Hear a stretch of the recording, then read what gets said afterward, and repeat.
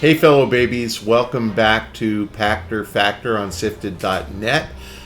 If you are watching real time, that's because you're either a Patreon subscriber, and thank you very much for that, or you're a YouTube subscriber, thank you very much for that. If you're not doing either of those, then you're getting this content a week late, and that's because I insist that we make sure it's accessible to everybody. One thing you can do if you are a subscriber or you are not a subscriber, no matter what, please try to remember to link your Twitch Prime account to your Amazon Prime account. Amazon will pay us if you do that. The instructions are in the show description below. Easy to do. It costs you nothing. I promise. You're already paying for it, but that's kind of the lifeblood of this program. We can stay in business. Shane can afford to keep coming out here and filming these things if you guys remember to just link those two accounts. So please read the show description below. Read the instructions on how to link your Twitch Prime account to your Amazon Prime account. We've seen a drop off in those numbers that's not commensurate with our viewership. So if you're watching this, please just pause for a second, look at the show description and click, and that'll get Shane a little bit of extra juice to keep this show being produced. This episode of Pachter Factor is brought to you by DeShazer Ryan Realty. Right now, Doug DeShazer has beautiful lots available adjacent to Koocanusa Lake in northwest Montana. Pull up your RV and access the hookups, or build your own construction. Either way, you have access to world-class fishing, hunting, boating, swimming, biking, hiking, and the internet.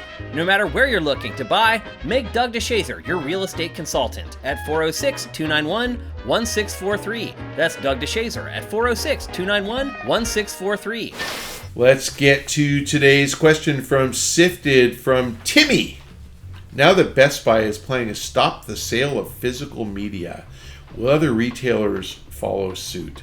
How will the lack of brick and mortar retailers affect the price of digital media going forward? Will it follow physical's model of lowering prices over time, stay at full MSRP like Nintendo games, or use some other pricing sales structure? So I think that Best Buy head faked everybody. I think that they don't see the value in DVD and CD sales, and they do see the value in game sales. And let's think through why. DVDs, $15, and they don't sell very many of them. The business globally, not globally, in the U.S. is about $1 billion a year of sales. Music CDs, also call it $15, and it's maybe $1 billion. So again, they don't sell that many. Games, the physical sale of games is probably in the 4 to 5 billion range.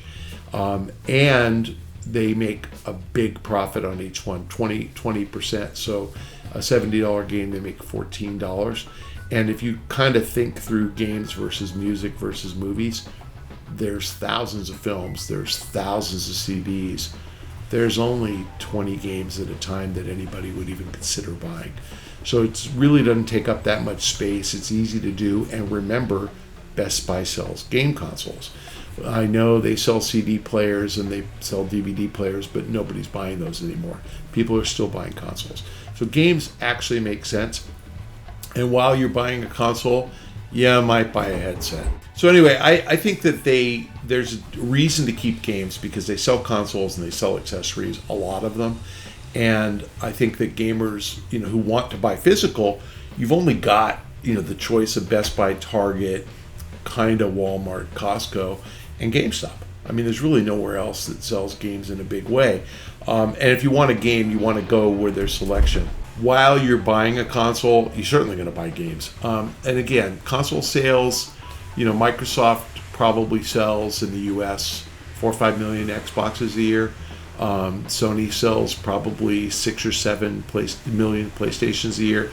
Nintendo sells 6 or 7 million Switches a year. You're going to buy software with those things.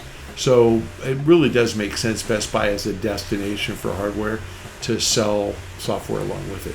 Anyway, so I don't see them getting rid of that until physical game sales drop. But to answer your question, I don't think you're going to see lower prices over time. The publishers determine the price by determining the wholesale price. So they know what they're willing to sell the game to Best Buy for. And that's 80% of the retail price. So a $70 game is $56, period. And if Best Buy doesn't want to pay $56, then they're not going to get it. So they can't discount it down to, they can discount it down to $57 and make $1, but they would never sell it below cost. So no, I don't think that they'll discount over time. They will stay at full MSRP. And again, catalog stuff, old stuff, Call of Duty degrades over time because it comes out every year. So it's 70 when it comes out, it's 50 after Christmas, and it's 20, a month before the new one comes out. So that'll continue to happen, but that's because the wholesale price drops to 80% of those numbers. Will we get any other pricing sales structure? They don't have a lot of inventory. I mean, back in the day when physical dominated, and I'm talking pre-2014, when physical was 97% of total console game sales, nobody had a lot of inventory. There was reshipment, restocking every Monday, and there was point of sale tracking for the publishers. The publisher knew how many units of Call of Duty were on each Best Buy store shelf. And so they would literally re-up. Best Buy would say, we want to have 10 copies or 20 copies or 100 copies in inventory per store at all times. And they would know if they needed to ship 4 or 20 because they know what was selling. And they would drop ship it. And the Best Buy purchasing agent would change that number after Christmas, and it would drop to, we only want 10 in stock or 5 or whatever. So there's not a lot of inventory sitting in these stores. They aren't sitting on old stuff. And the retailers, in order to induce them to buy physical copies, they get something called price protection, which means that if the price drops, let's say that Best Buy spent $56 on a $70 game, and then Activision, say Call of Duty, decide to cut the price to $50 retail, so $40 wholesale. Best Buy would get a $16 credit from $56 down to $40 because they should have waited to buy that unit until the price dropped.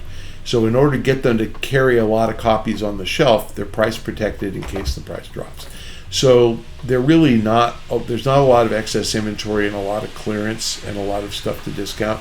So I don't expect that. But go in there, the day that they decide they're getting out of the business, yes, they will discount everything and just get rid of it. It's the same if you go to like a Blockbuster store back when it closed. You could buy all the movies for not very much money. Over time, though, digital media is going to be the dominant form, and game companies are making it easier and easier to purchase digital copies. I'm seeing, ads every time I boot up any console, PlayStation, Xbox, or Switch. The landing screen has some deal on some game. It might not be a discount, but it'll definitely advertise, Spider-Man 2 is available on PlayStation, and you see it, and it's like, want it? Click on it. Boom. I just bought it. So really easy to buy, like, the latest and greatest thing.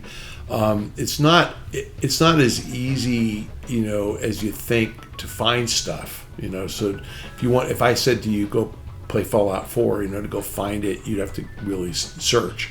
But catalog is harder. It's really easy on Steam, of course.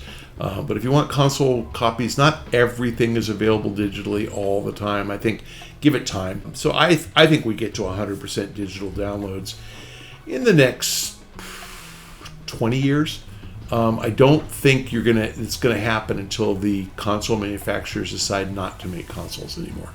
And so Nintendo's going to keep making consoles, and Sony's going to keep making consoles for a while, at least 20 years. As long as that exists, there will be the guy who has to have a physical copy, who wants it. But Microsoft's moving away from it, with Game Pass. So it'll be interesting to see.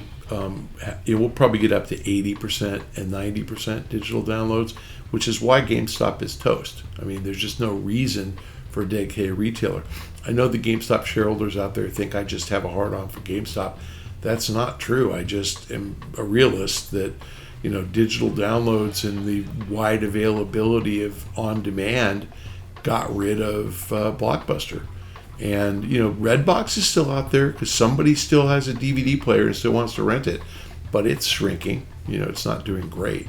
So GameStop, I think if they had kiosks in supermarkets, they might survive. But they're not going to survive paying rent and paying salaries on 5,000 stores. It doesn't matter. They can shrink to 4 and 3 and 2.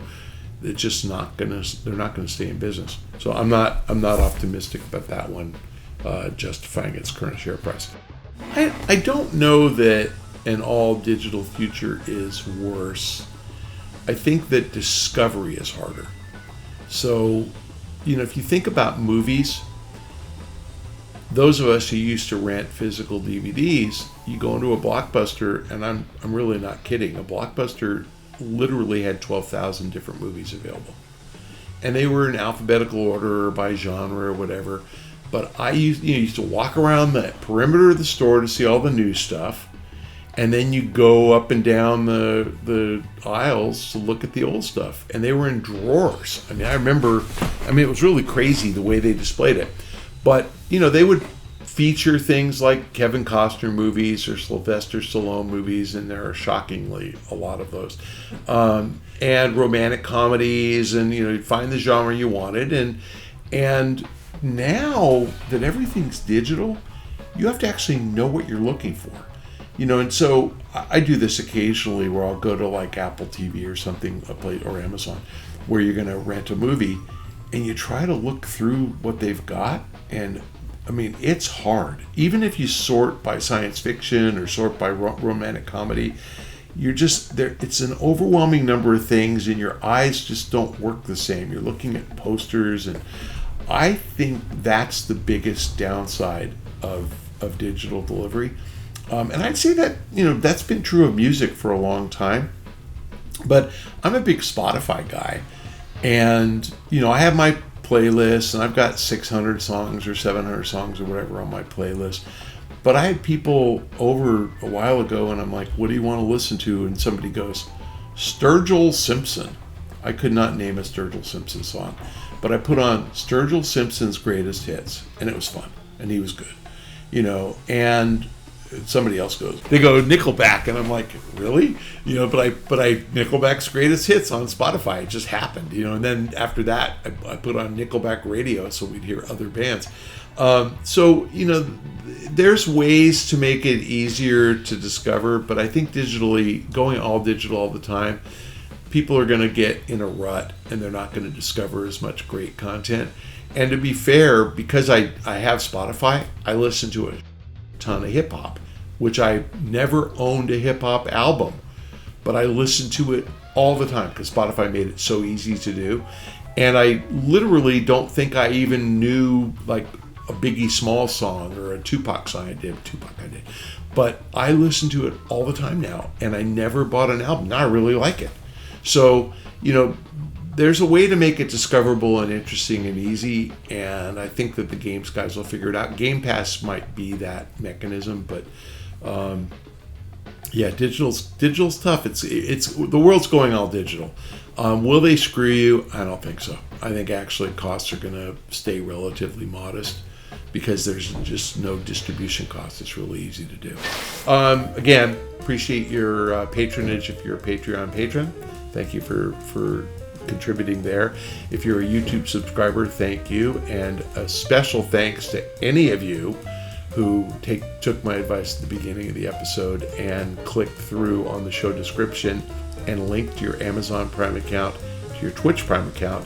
Amazon pays SIFTD a couple of bucks a month for your putting that together, but you've got to renew it. So if you haven't done it in a while, please click through, please. It's easy to do. I promise it costs you nothing. And Amazon, it costs them something, but they'll pass it on to somebody who's spending a lot of money on the website, like me. Thanks again for joining us. We'll see you next time.